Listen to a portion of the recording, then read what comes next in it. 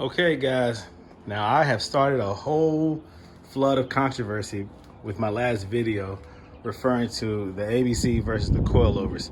I guess some people expected for me to do a side-by-side comparison, and I think some people thought that I was saying that the coilovers are better than ABC. So I think a lot of people misread or misunderstood or just didn't hear me quite clearly what I was trying to say, my intent with that whole video that I put together. What I was saying was that the coilovers are a good option. Option just means that you have a choice in the matter, that you don't have to stick with ABC. What's so wrong with that? Now, for those who do agree that coilovers are a viable option when removing the ABC system, I'm going to show you something. I'm going to show you how to get your Silvers Neomax adjustable coilovers to feel the way that you want them to feel on the SL500. Now this can apply to other coilovers on other, I'm gonna just say Mercedes models, but just because of the weight of this vehicle, the wheels that I have on this vehicle, and the brand of coilovers that I'm using, I'm going to stick with the information specific to my setup. Oftentimes I get a lot of questions regarding how many clicks in the front, how many clicks in the rear. And so I'm going to make the point here that the front has to be more firm than the back. Now, somebody misunderstood what I said when I said that and said that does that mean that the springs are going to be firmer in the front than in the back, and that's not relevant to a good suspension? Like it doesn't validate the elimination of Swaybars. I'm missing the point. I don't know what I'm talking about when it comes to suspension geometry. But I think, again, I was misunderstood. When I said stiffer in the front, I'm referring to the dampening. So then that went into another discussion. Now, you're not going to see this discussion here on YouTube. Most of this discussion took place on social media. I almost don't even want to bring attention to it because in some way I think it kind of went to the left. But there was some good information there that was said that I learned from, and I think others who read that forum or that discussion on social media will also learn from it. So very informative discussion, but some things were just said that were just bias and opinion and out of ignorance, and some things were even disrespectful. But when I put myself out there with an opinion, I accept that. So it's no problem. I got thick skin, you know. A whole lot worse has been said and done to me than an opinion. Anyhow, you got to be that way. Whenever you deviate from the norm, you always will receive criticism, and people will speculate and question you and this, that, and the other. I accept that. You know, the whole premise, again, of my company is to deviate from the norm. Options, well, I'm not even going to say, you know what? Yeah, I'm going to say that. The premise of my company is modification and customization of the Mercedes brand. So anytime you step into that realm, you will receive criticism.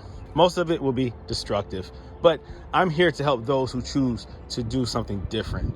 If you want to maintain OEM suspension and whatever, go to Mercedes. They'll take care of you. Go to a mechanic that specializes in that. There's no problem. ABC is phenomenal. It's a great, fantastic suspension, but it's not the only option. So if you want to stick to the norm, cool. There's countless shops that could do that.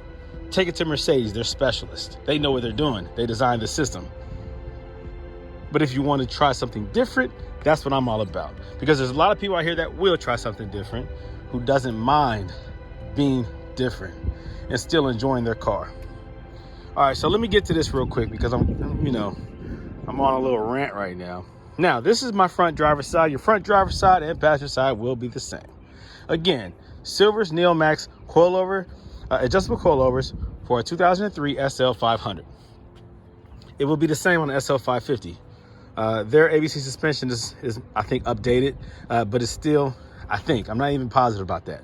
I think they do have the newer ABC system, but if I'm wrong, please forgive me.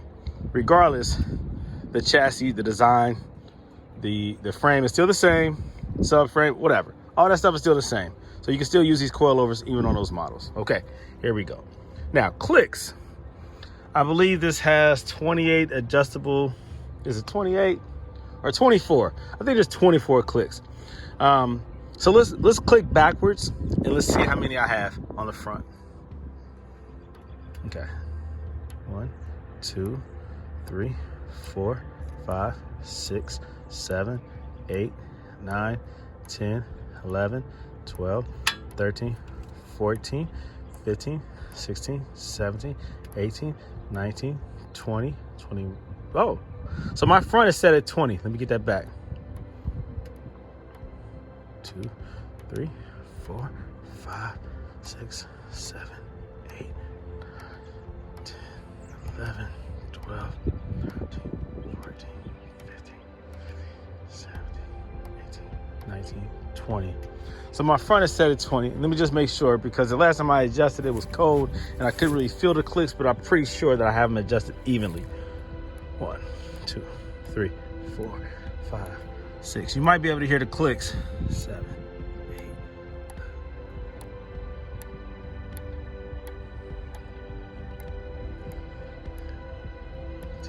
19, 20. All right.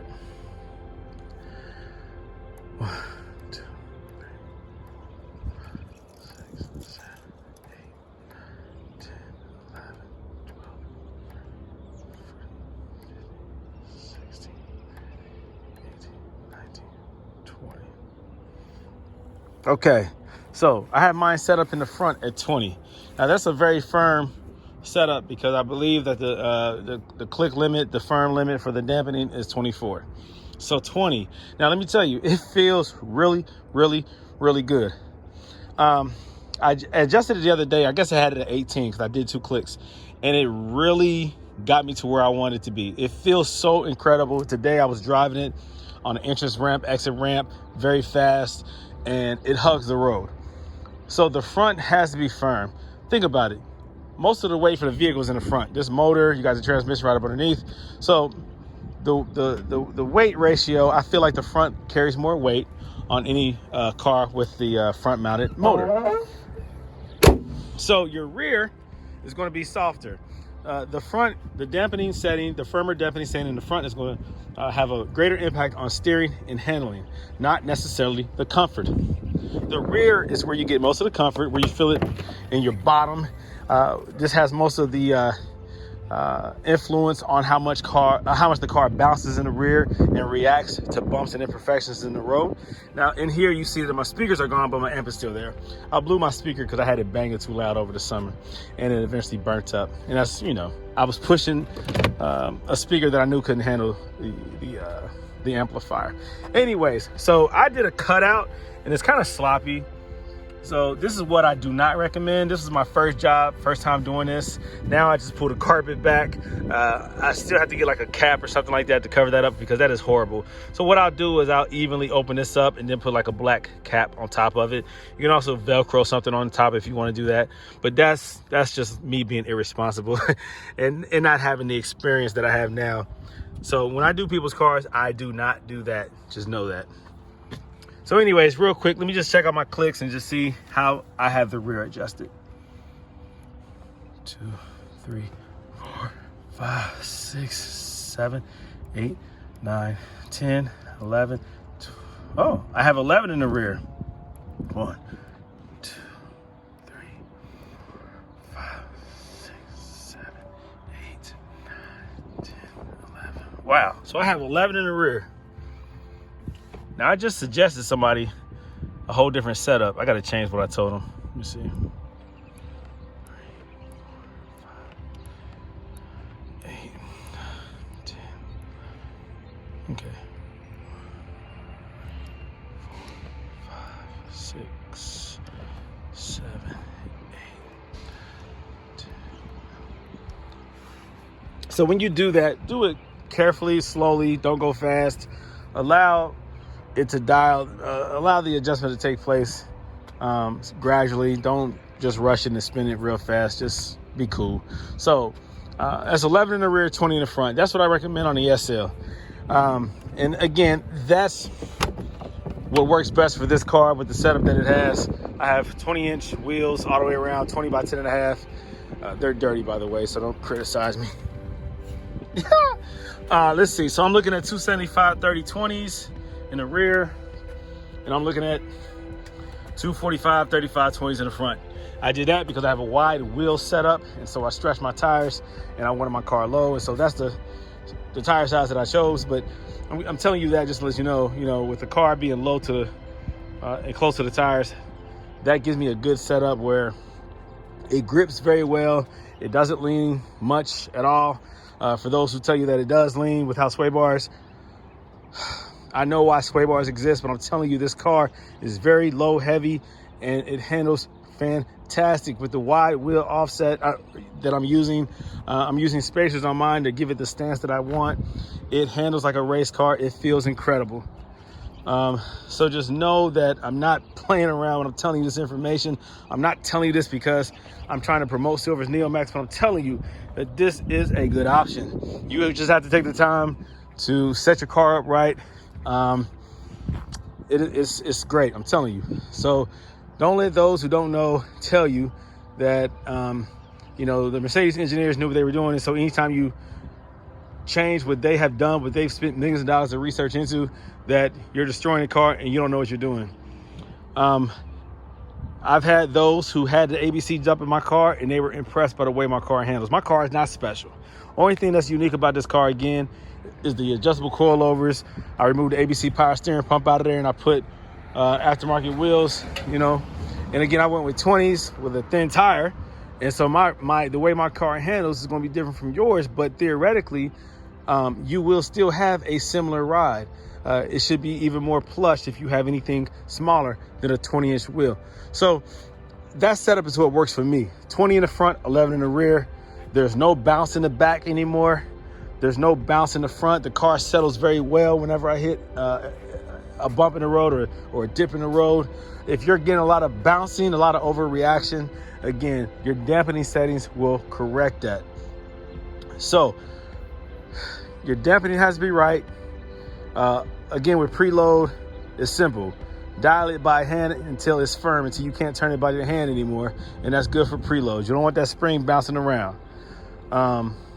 With the Silver's NeoMax, the front coilovers, you'll notice that your front end will seem to be lower if you adjust them height-wise to what is recommended. You have to extend it a little bit past that to get the proper height in the front, unless you want your car slammed. So I can only imagine how drastic it would be if you went with the low profile option coilover. So you don't want to do that. Go with the standard option that it comes with and you'll get that perfect height. Let me see. So that's pretty much it. Your preload is important. The ride height is important. Your dampening is important. And so I showed you that dial right there so that you know that's a good starting point. 20 in the front, 11 in the rear. And I think that you'll be fine. Just adjust it from there. If you have any extra bouncing, like I said, make it more firm. And again, this car handles great on the highway. Fast maneuvering. This car makes you drive it fast. You hit 100, 110, no problem. You can shift lanes in the highway, switch lanes on the highway at high speeds, rapid maneuvering, and you can do so confidently. Now, that's on the SL. I have Yellow Speed Racing on this CL55, and I'm happy with that. I wish that I could lower the car a bit, but because I have 21 inches in the rear and 20 in the front, and because of my driveway and how it sits, I can't lower it more than I might have a little bit more I can lower it, but not too much. I really want that one to be set up the way I have this one. But nonetheless, the Yellow Speed, these colors, I don't know, these Yellow Speed Racing adjustable coilovers is another good option. So for this CL, I've done a strut master, and I was not satisfied with the lack of adjustability. But with the Yellow Speed Racing, I was very satisfied. And yes, you can go to my website and buy the Yellow Speed Racing, also the Silver's NeoMax, and also BC Racing. And again, of course, I would like for you to consider this option. Of course, I would like for you to go to my website and possibly buy it from there. But if you look at my content, if you follow me even remotely, you see that I more or less put more effort, more time into helping people who have already done the adjustable coilover swap or conversion, giving them advice, tips on how to adjust it so that they're happy with their conversion.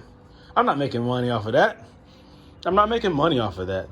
And if you have the ABC suspension, I even still try to give you advice on how to maintain that. But I just know that sometimes it's a dead end, that eventually people do decide to get rid of the car or get rid of the suspension. It's just what it is. It's just what it is. People get tired of putting a whole lot of money into these cars. They become money pits.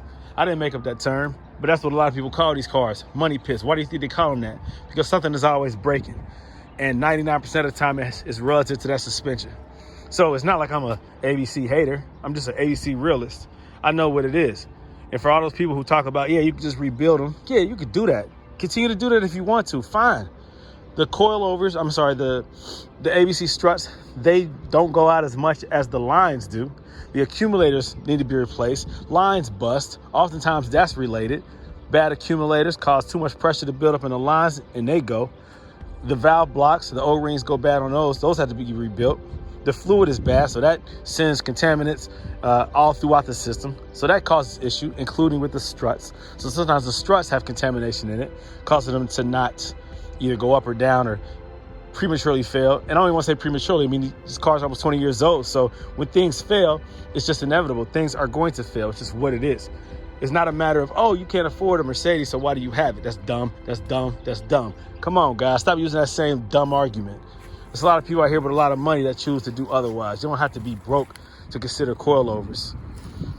People drive these cars because of the suspension. Yeah, and because of all the other luxury that comes along with it. Not necessarily your ego saying, oh, I have a Mercedes, so I feel good about myself. Nah, man, that's lame. If a car creates your self-esteem or gives you the feeling of being important, well, you have some self-analysis that you have to go through, some self-reflection, some things that you have to consider as to what makes you you, what identifies you. A car does not identify me. It should not identify you. It can add to you. It can make you feel better about yourself, but it should not be your identity. Everyone that has these cars for different reasons. I drive Mercedes because I love Mercedes, period, obviously. I love Mercedes, period. So an SL to me is one of the most beautiful cars ever designed. I love, of course, a convertible. And it is the best bang for the buck when it comes to power, performance, when it comes to luxury, when it comes to just the way it feels. You know what I mean? It's one of the most beautiful cars on the road.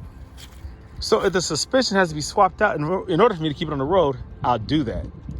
And the fact remains, I don't care what you say, you're limited in your understanding if you don't understand that there are so many SLs that are not on the road because of the bad suspension. That also goes for the CL. There's so many of these Mercedes that are not driven, that are stuck up on their carport, in the garage, outside, backyard.